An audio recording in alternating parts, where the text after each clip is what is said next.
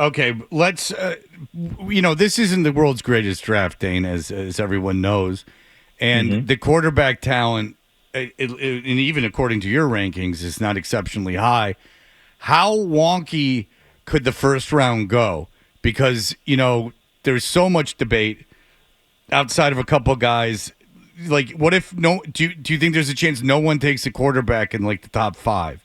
Do you think that there's a surprise earlier in the draft than you usually see? I would be surprised only because the Giants are picking top fives, and it just feels like they've backed themselves into a corner where they have to draft a quarterback unless they make a big move for a Matthew Stafford or a free agent or a trade for a veteran quarterback like that. The Giants are in a position where it just feels like they have to roll the dice on one of these guys. But I do think, to your point, it's going to be, even if, say, the Giants take Cam Ward at 3, where Shedeur Sanders goes is very much in the air. And there are a lot of different scenarios where, you could see him going 6 to the Raiders. You could see him going, the Browns at 2. You can't completely rule out. But this draft is closer to that Kenny Pickett draft Yeah. than what we saw last year. And up until that Kenny Pickett draft, I'm reaching out to all my buddies in the league asking, hey, where are these quarterbacks going to go? And every single response was, I don't know, but they're going to go. They're going to go. They always go. And of course they didn't. Kenny Pickett was the only quarterback drafted in the first 73 picks in that draft. So this year it's similar to that, where up until draft day, I don't think anybody's going to have a clear understanding of where these quarterbacks are going to end up and ultimately how many go top 10 and even in the first round. So I think it'll be an exciting – it's not going to be a great draft for mock drafts, but it's going to be a really fun draft when we get to that Thursday night and we see it play out in real time. What if you had more running backs taken than quarterbacks in the first round? Hachi Machi. Is anyone with pro days and the combine and everything? Is there any quarterback that could pass Sanders in your opinion? Sure. I mean, I think, we have to understand that each team is very different with how they view these guys. It's not a draft where you're going to have a clear-cut top 3 like we had last year with Caleb and Jane Daniels and Drake. This year it's quarterback 1's wide open. I think just, gauging a lot of the feelings around the league, Cam Ward is the favorite to be the first quarterback drafted, but even that's not set in stone for every single team. And that's what, right now, as we speak, all the area scouts are back in the facility. They're doing their draft meetings. They're building a preliminary board, and they're having these debates, where the area scout's going to present a player, and then, the cross-checkers and the national scouts and, the directors, they all add input. And at the end of the day, they put them on the board, and then we go into the combine, and that'll maybe tweak some things a little bit. But they build a preliminary board now, so there's a frame of reference going into the combine and pro days. And so it'll be interesting to see once the biggest variable is once coaches get involved, because I could know how every area scout feels about a quarterback, but once coaches get involved, that could change the math a little bit. Once, the play caller, the offensive coordinator, the head coach, if they don't vibe with a quarterback, then it's not going to work. Or say they have a really good interview with a quarterback, then that changes things too. So, Jackson Dart from Ole Miss, he could be in that mix for quarterback too. To me, teams are going to be looking for that next Bo Nix. Bo Nix wasn't supposed to be the 12th overall pick. He wasn't supposed to be a rookie that led his team to the playoffs, and he did both those things. And Denver fans are understandably optimistic about what he has going for the future. So teams are going to be looking for who's that Bo Nix this year, and I think Jackson Dart checks a lot of those boxes. Even though I don't think he has the same arm talent, I don't think he's nearly as NFL ready. It wouldn't be surprising if a team talked themselves into Dart at some point in the first round. As the Patriots have the 4th overall pick, and it seems more and more like Travis Hunter and Abdul Carter will be gone, as well as one of the quarterbacks. So it's a big mystery as to where the Patriots can go from there. Everyone seems to extol the virtues of Will Campbell as a tackle, but some project him as a guard. You also have a pass rusher from Georgia as very highly ranked on your board. Do you think either one of them would be a fit for the Patriots at 4? Yeah, and when I put together my top 100, 1 and 2 were pretty easy, kind of like you mentioned with Travis Hunter, Abdul Carter.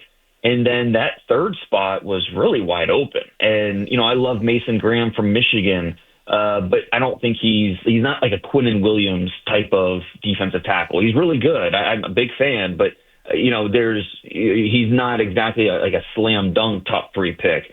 Will Campbell, I think he's the best offensive lineman in the draft, but, not a perfect prospect by any means. I think between prospects 3 and 12, there's not a ton of difference between those guys. I think you can make an argument why any of those players should be the third off the board. And, with the Patriots, you try not to think too much about need when you're picking, especially top 5. Just get an impact player. That's what it should be about. And so you don't want to overthink about reaching for a need, but Will Campbell will be in that conversation. Jalen Walker, the Georgia pass rusher, who's a little bit of a project just because he was an off-ball player in college.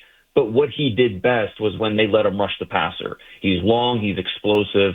I think he's going to make a nice transition to edge rusher in the NFL, but every scheme's going to look at him a little bit differently. I think maybe best case scenario is a team like the Raiders. Maybe there's a different team, the Jets.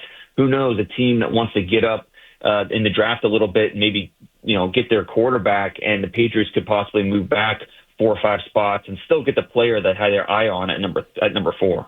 Dane, you mentioned that when coaches get involved in this process, things can change. With regard to Shedeur Sanders, what do you think, other than an interview, a coach might say that would differ than what's been presented to that coach from the scouts on tape? What would a coach's concern be when it comes to that player?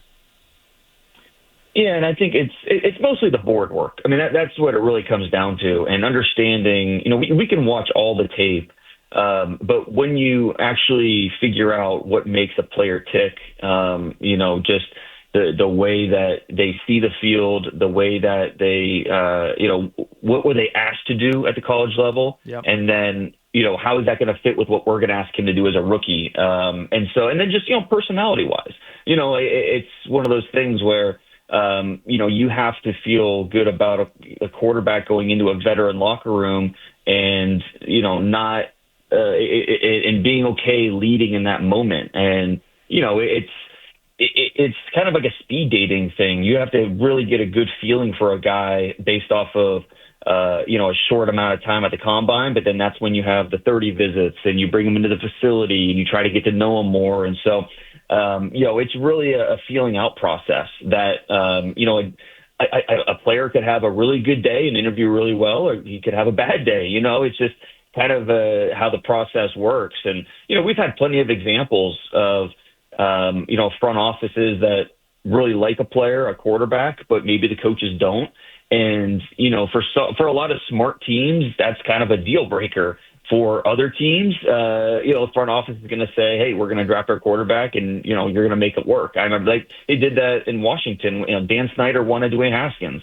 And so that's the move they made. And Jay Gruden, that was not the quarterback he wanted. And, obviously it was doomed from the start with that situation. So, it's something where if you're a team that needs a quarterback, you better hope you're all aligned from front office to coach.